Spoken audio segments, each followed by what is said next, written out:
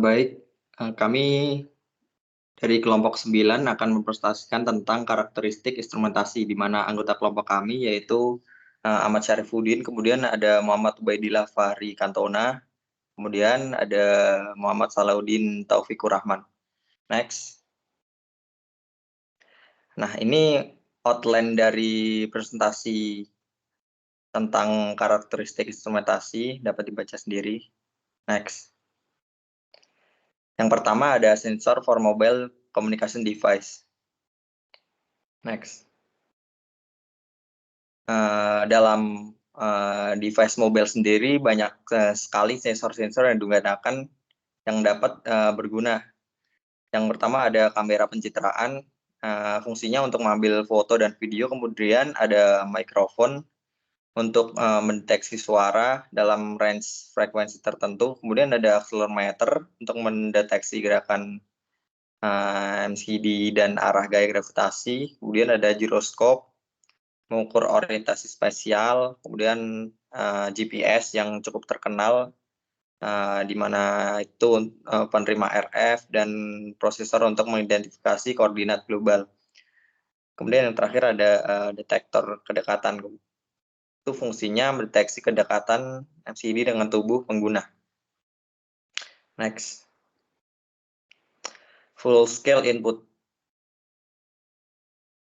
Next. Nah, untuk full scale input sendiri, variabel yang cukup penting dalam karakteristik instrumentasi, di mana itu rentang rangsangan yang dapat diubah oleh sensor.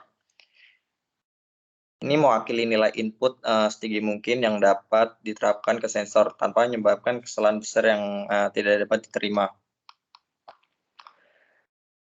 Nah, untuk formulanya sendiri itu adalah perbandingan logaritmik antara rasio daya dan juga atau tegangan.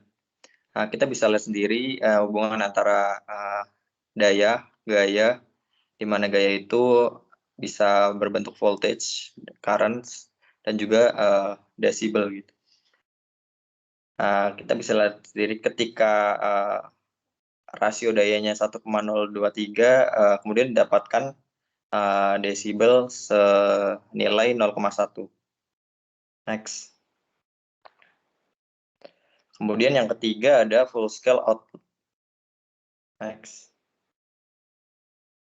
Full scale output sendiri yaitu perbedaan aljabar antara sinyal output listrik yang diukur dengan stimulus input maksimum dan stimulus input rendah yang diterapkan. Untuk keluaran digital sendiri, hitungan digital maksimum yang dapat diselesaikan oleh converter analog to digital untuk masukkan FS atau masukkan absolut. Dapat dilihat gambar berbentuk number of count di bawah ini, di mana dari kiri yaitu LSB, kemudian untuk nilai 255 yaitu full scale-nya, kemudian untuk nilai 256 itu VRF-nya. Next. Akurasi. Untuk akurasi sendiri kita bisa mendefinisikan sebagai keakuratan, di mana itu adalah perbandingan antara nilai yang diukur dengan nilai yang sebenarnya. Untuk ketidakakuratan yaitu penyimpangan tertinggi dari nilai yang dikeluarkan oleh sensor dari nilai ideal atau sebenarnya dari suatu stimulus dan inputnya. Penyimpangan ini terdapat dalam fungsi transfer ideal, di mana dapat digambarkan sebagai perbedaan antara nilai yang dihitung kembali dari output dan nilai stimulus input yang sebenarnya. Untuk peringkat akurasi sendiri mencakup efek gabungan dari variasi bagian ke bagian, seperti histerisis, pita mati, kalibrasi, dan kesalahan pengulangan. Kemudian untuk meningkatkan akurasi, sejumlah faktor penyebab kesalahan harus dikurangi. Dalam hal ini kita dapat mencapai dengan mengkalibrasi setiap sensor satu persatu dalam kondisi tertentu. Next.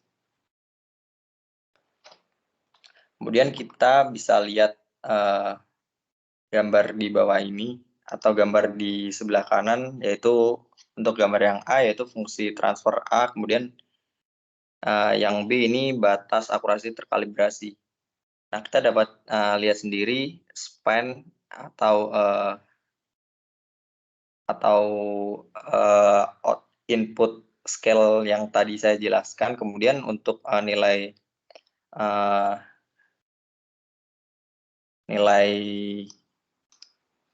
kemudian untuk nilai delnya sendiri dapat lebih mengikuti fungsi transfer nyata, yang berarti akurasi sensor yang lebih baik. Hal ini dapat dicapai dengan kalibrasi sensor secara individu. Nah, kita bisa lihat sendiri untuk grafik yang nomor B, di mana range atau kurva yang ideal kita bisa mencapai dengan kalibrasi sensor, di mana nanti mendapatkan nilai del yang cukup kecil. Next. Oke, materi selanjutnya akan dijelaskan oleh Muhammad Salahuddin Taufikur Rahman. Baik, untuk karakteristik sensor selanjutnya adalah histeresis. Histeresis itu adalah sebuah fenomena di mana sebuah material itu cenderung mempertahankan sifat kemagnetannya setelah diberikan medan magnet eksternal. Bahkan setelah sumber medan magnet atau elektromagnet itu dihilangkan. Nah, efek ini terjadi pada saat sensornya bekerja dalam pengaruh medan magnet, misalkan sensor Hall, yang dapat mendeteksi medan magnet, dan ini dapat menghasilkan deviasi sensor. Pada kurva terdapat deviasi antara X dan Y, di mana apabila kita memberikan stimulus medan magnet sebesar B, maka terdapat dua kemungkinan nilai, tergantung pada kondisi awalnya. Apakah berada pada posisi 0, sensornya, atau pada saturasi, atau titik yang paling atas. Deviasi ini menyebabkan error pada pembacaan sensor. Next. Kemudian saturasi. Jadi sebuah sensor itu memiliki sebuah range pengukuran yang disebut dengan dynamic range. Itu merupakan batas bawah dan juga batas atas pengukuran sebuah sensor terhadap besar measurannya. Nah, pada kondisi ideal, sensor memiliki kalibrasi linear. Dan sensor itu memiliki nilai pembacaan yang maksimum, yang disebut dengan batas atas dynamic range tersebut. Apabila measuran atau nilai yang kita ukur itu melebihi nilai dari batas atas dynamic range, maka output yang akan dihasilkan sebuah sensor akan berada pada nilai maksimumnya. Bahkan terdapat sensor yang apabila mendekati titik saturasi akan menghasilkan sebuah kurva yang tidak linear, seperti pada gambar. Maka kalibrasi yang pada kondisi ideal itu terjadi, maka dalam kondisi ini itu tidak berlaku lagi, sehingga sensornya dapat mengalami error dalam pengukurannya. Next. Kemudian ada repeatability. Ini adalah error di mana kedua pengukuran dengan menggunakan sensor yang berbeda dapat memiliki nilai atau fungsi kalibrasi yang berbeda-beda. Hal ini disebabkan oleh disipasi panas, muatan kapasitif, dan juga material yang bersifat plastis. Misalkan pada pengukuran atau instrumen berupa transformator, apabila memiliki disipasi panas, tentu panas akan mempengaruhi medan magnet yang akan memperkuat sinyal dari primer ke sekunder. Sehingga apabila ini terjadi, maka kalibrasi dari instrumen ini akan berbeda tentunya. Next. Nah, kemudian ada juga error pada pemrosesan sinyal berupa resolusi. Pada dasarnya sensor itu memiliki output yang analog. Untuk terbaca melalui microcontroller, kita perlu menggunakan ADC atau analog to digital converter. Yang ADC ini menerima sinyal analog, kemudian mengkonversinya menjadi beberapa bit, yang masing-masing bit itu bernilai biner, yang mempresentasikan nilai dari analog read-nya. Nah, ADC ini tentu tidak memiliki besaran yang kontinu, maka dia akan menghasilkan fungsi step, seperti pada gambar. Dan akurasinya itu sesuai dengan berapa jumlah bit yang ada di ADC. Seperti pada gambar, ADC 11 bit dan 12 bit itu memiliki respon output yang berbeda-beda, di mana ADC dengan 12 bit memiliki nilai yang mendekati dengan analog input yang continue. Sedangkan analog 11 bit memiliki error yang sangat besar, terutama pada saat batas dari step function-nya. Maka untuk meminimalisir hal ini terjadi, kita perlu menggunakan ADC yang memiliki nilai bit yang besar. Contohnya ADC eksternal. Next. Kemudian ada juga error yang disebabkan oleh impedansi input. Pada dasarnya, impedansi input dan output itu terhubung secara seri. Pada hal ini berarti arusnya sama atau secara paralel, dalam hal ini tegangan yang sama. Dan secara dasarnya juga input dan output ini impedansinya saling terhubung. Dan namun apabila impedansi output dan inputnya ini bernilai hampir sama atau bahkan outputnya memiliki nilai impedansi yang lebih kecil daripada inputnya, maka akan menghasilkan pembacaan yang mengalami distorsi. Nah, sehingga solusinya ada dua. Yang pertama, kita memperbesar impedansi outputnya. Dalam hal ini kita memanipulasi dalam pembacaannya, bukan manipulasi sih, kayak seperti mendesain ulang supaya pembacaannya ini lebih akurat. Atau solusi keduanya adalah dengan memperkecil impedansi inputnya, atau dalam perancangan sensornya kita mengusahakan agar impedansi sensornya kecil. Seperti pada gambar, itu terdapat dua interfacing. Yang gambar A adalah di mana impedansi input dan outputnya itu paralel. Di dalam hal ini tegangannya sama sebesar V, atau pada gambar B, impedansi dari sensor dan interfacingnya itu seri, atau dalam hal ini arusnya sama. Next. Selanjutnya akan dijelaskan oleh Saudara Ubay. Oke, selanjutnya adalah karakteristik dinamis. Nah, karakteristik dinamis dari suatu alat ukur atau instrumentasi itu biasanya menggambarkan sifatnya berdasarkan waktu. Nah, yaitu ketika inputnya berubah dan ketika outputnya merespon untuk berubah. Nah, karakteristiknya terdiri dari zero order atau order ke 0, first order atau order pertama, dan second order atau order kedua. Yang pertama ada zero order atau order ke 0. Nah, pada order ini output instrumentasinya itu berubah bersama inputnya, di mana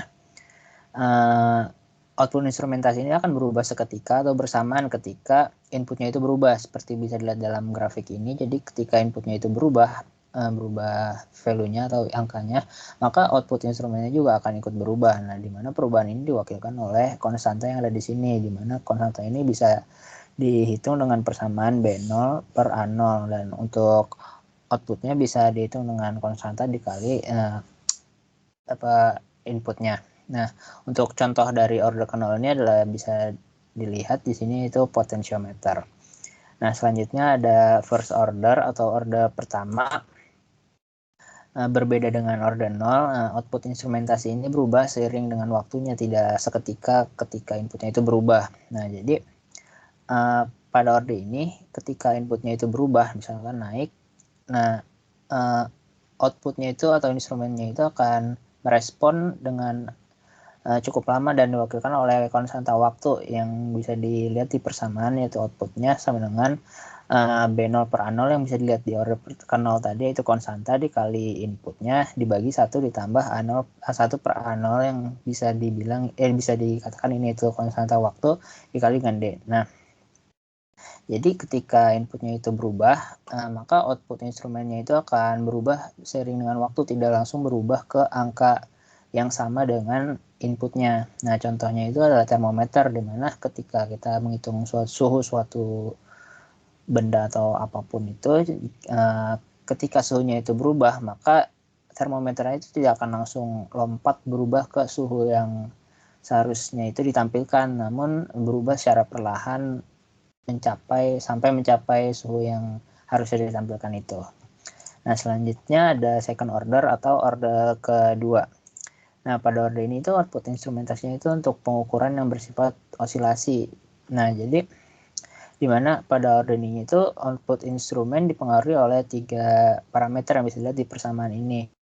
Jadi ada parameter yang bisa dilihat di dua order pertama tadi, yaitu K atau konstanta. Lalu ada omega, yaitu frekuensi alami yang tidak teredam. Lalu ada ini yang bernama damping ratio atau rasio redamannya. Bisa dilihat untuk persamaannya itu bisa ada di bawah sini. Dan contoh dari orde kedua ini adalah akselerometer, di mana bisa kita lihat grafiknya di sini. Jadi apabila input instrumennya itu berubah value-nya, maka output instrumennya akan berosilasi, dan di sini bisa dibagi menjadi 1, 2, 3, 4, 5 kasus berdasarkan rasio peredamannya. Jadi untuk pada kasus A itu apabila rasio redamannya itu tidak ada, jadi akan berosilasi sangat tinggi dan rendah ini. Nah, jika yang E itu kasus untuk yang E itu apabila rasio redamannya itu sangat tinggi, jadi tidak ada osilasinya sama sekali, namun sangat lama stabil. Jadi untuk orde kedua ini, hal yang paling dicari atau diinginkan adalah kasus yang C, karena dia hanya sedikit berosilasinya dan cepat untuk stabilnya. Nah, oke. Jadi kesimpulannya adalah, jadi karakteristik instrumentasi merupakan sifat dan respon atau error yang dilakukan atau ditunjukkan oleh suatu instrumentasi ketika dilakukan suatu pengukuran. Nah, ini untuk sumbernya.